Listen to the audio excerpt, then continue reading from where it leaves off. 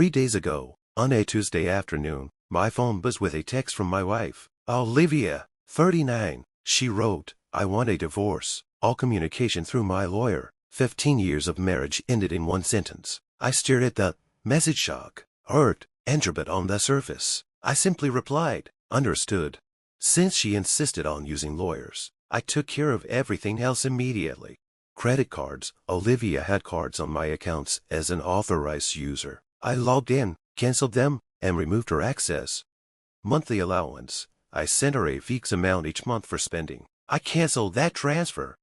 Streaming accounts, Netflix, Crime, and the rest were on my login. I signed out, changed the passwords, and let her set up her own.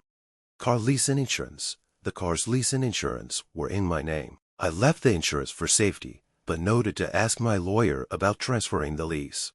Gas card. It was tied to a canceled credit card, so it stopped working. About an hour later, I got her lawyer's contact by email and forwarded it to my own lawyer, Ms. Cole, who a colleague recommended. I told her what happened and asked her to handle everything from here.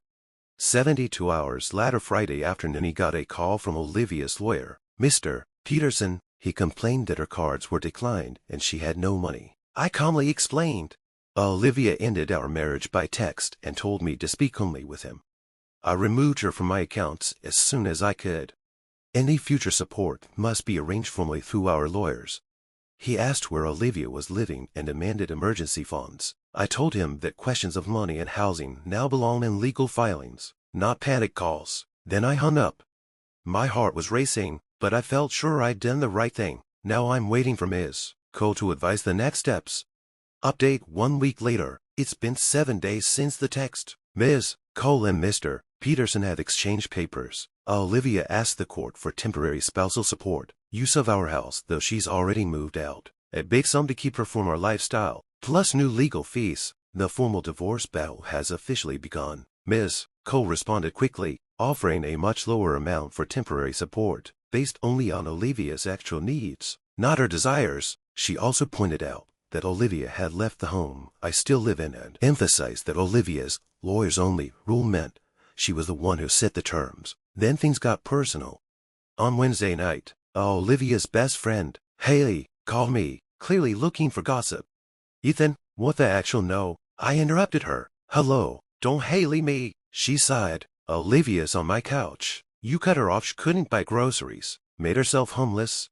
"Haley," I said. "Olivia wanted a divorce via text, lawyers only. I followed her wishes. She barely works. How can she live? She has a part-time graphic design gig that barely covers fun expenses before she hired a lawyer and stopped talking to me. I told her finances go through Mr. Peterson and my lawyer. The way she's handling this is cruel and a mistake. Lawyers only was a mistake. Hiring Mr. Peterson was another."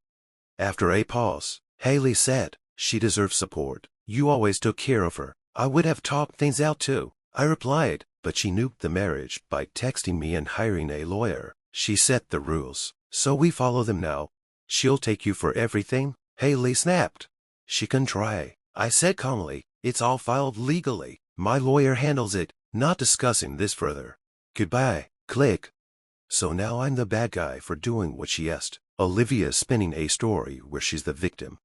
The next day, I got an alert for a withdrawal attempt from an old joint savings account we forgot about. There was about $500 left. Olivia apparently found the card and tried to drain it. The bank flagged the activity, and I went straight there to freeze the account while explaining the divorce. It wasn't about the money. It was about the attempt.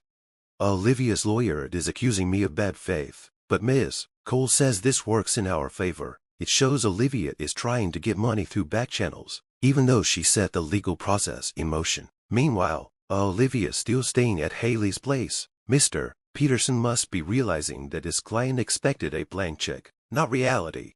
I'm feeling more determined now. This is going to be a tough battle. Update. 3 weeks later. It got even messier, shocking. Right, we had the emergency support hearing last week. Olivia was there, looking stressed and avoiding my gaze. Mr. Peterson argued she was broke and was a victim of my malicious actions. Ms. Cole calmly presented the text where Olivia asked for lawyers only. We showed bank statements, proving I canceled the supplementary cards and allowance after the text. but I continued paying the major bills, like the mortgage and utilities. We also presented proof of Olivia's attempt to drain the old joint account and her part-time earnings, which showed she wasn't destitute, just lacking spending money. The judge didn't buy Mr. Peterson's drama. He asked Olivia why there was no prior discussion, and she mumbled that she felt intimidated, which wasn't true. The judge was skeptical. The result, she got temporary support, but much closer to what I offer, just enough for the basics and a small contribution to legal fees, but no funding for her old lifestyle. The judge even told Olivia that her actions sending the text and trying to drain the account to her current situation. We dodged a bullet, but the fight wasn't over. This week, the real games began.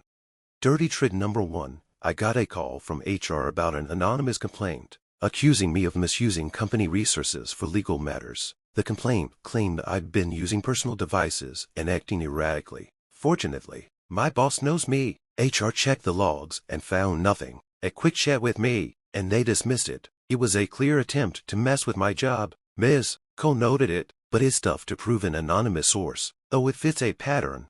Dirty trick number 2. Olivia's mom called, crying. A few days after Ms. Cole filed our counter-proposal requesting only what Olivia actually needed, Olivia's friend, Haley, called me late one night, upset that Olivia was living on a friend's couch with no money. I reminded Haley that Olivia had demanded a divorce by text and insisted we talk only through lawyers, so I followed her rules. Haley accused me of being heartless. I said any further discussion needed to go through our attorneys. The next morning, I got a bank alert. Olivia had tried to empty a long-forgotten joint savings account with about $500 in it. The bank frowned the account when I explained the divorce was in process. Ms. Cole said Olivia's attempt to access that money outside the court process actually strengthens our case, showing she isn't respecting the lawyers-only rule. 3 weeks later, at the emergency support hearing, Olivia looked shaken. Mr. Peterson claimed she was destitute because I'd cut her off. Ms. Cole showed the judge Olivia's divorce text, my cancellation of her cards and allowance, and proof I kept paying mortgage and utilities. We also pointed out Olivia's attempt to drain that old account and her part-time income. The judge ruled in our favor. Olivia got only minimal support for necessities and some legal fees, no extra lifestyle funding. He noted that Olivia's own actions had made her situation worse. Next moves. Ms. Cole told Mr. Peterson Olivia must either take over the lease or return the car. I stopped payments. 30 days later, the insurance ends, and the leasing company will repossess it if she does nothing. House. I asked the court for exclusive right to live there since Olivia left. We started a valuation for buyout. I'm collecting all financial records now. In case Olivia hid assets, she'll have to disclose everything. I've logged every call, complaint, and shady tactic. Final update. 6 months later, the divorce was finalized last month. It took 7 months of back and forth, but here's what happened. Olivia didn't qualify to take over the lease and refused to give it back. After I stopped paying, the company repossessed it outside her friend's house. I got exclusive use. We sold it, and the proceeds went into escrow. During discovery, we found Olivia had a hidden savings account, parents' gifts, and some stocks. Because she mixed them with our joint funds, that money became marital property. Settlement, we split everything almost 50-50ths, with a small advantage to me because of her hidden assets. Olivia receives 2 years of modest spousal support, rehabilitative alimony to help her get on her feet, no more than that. Each of us pays our own legal fees. Olivia ended up in a small apartment and is working more. She never apologized or showed remorse. Meanwhile, I've kept my job, my home, and my peace of mind. No dramatic revenge, just careful, logical steps within the legal system. She wanted everything formal and legal. That's exactly what she got. Now I can move forward.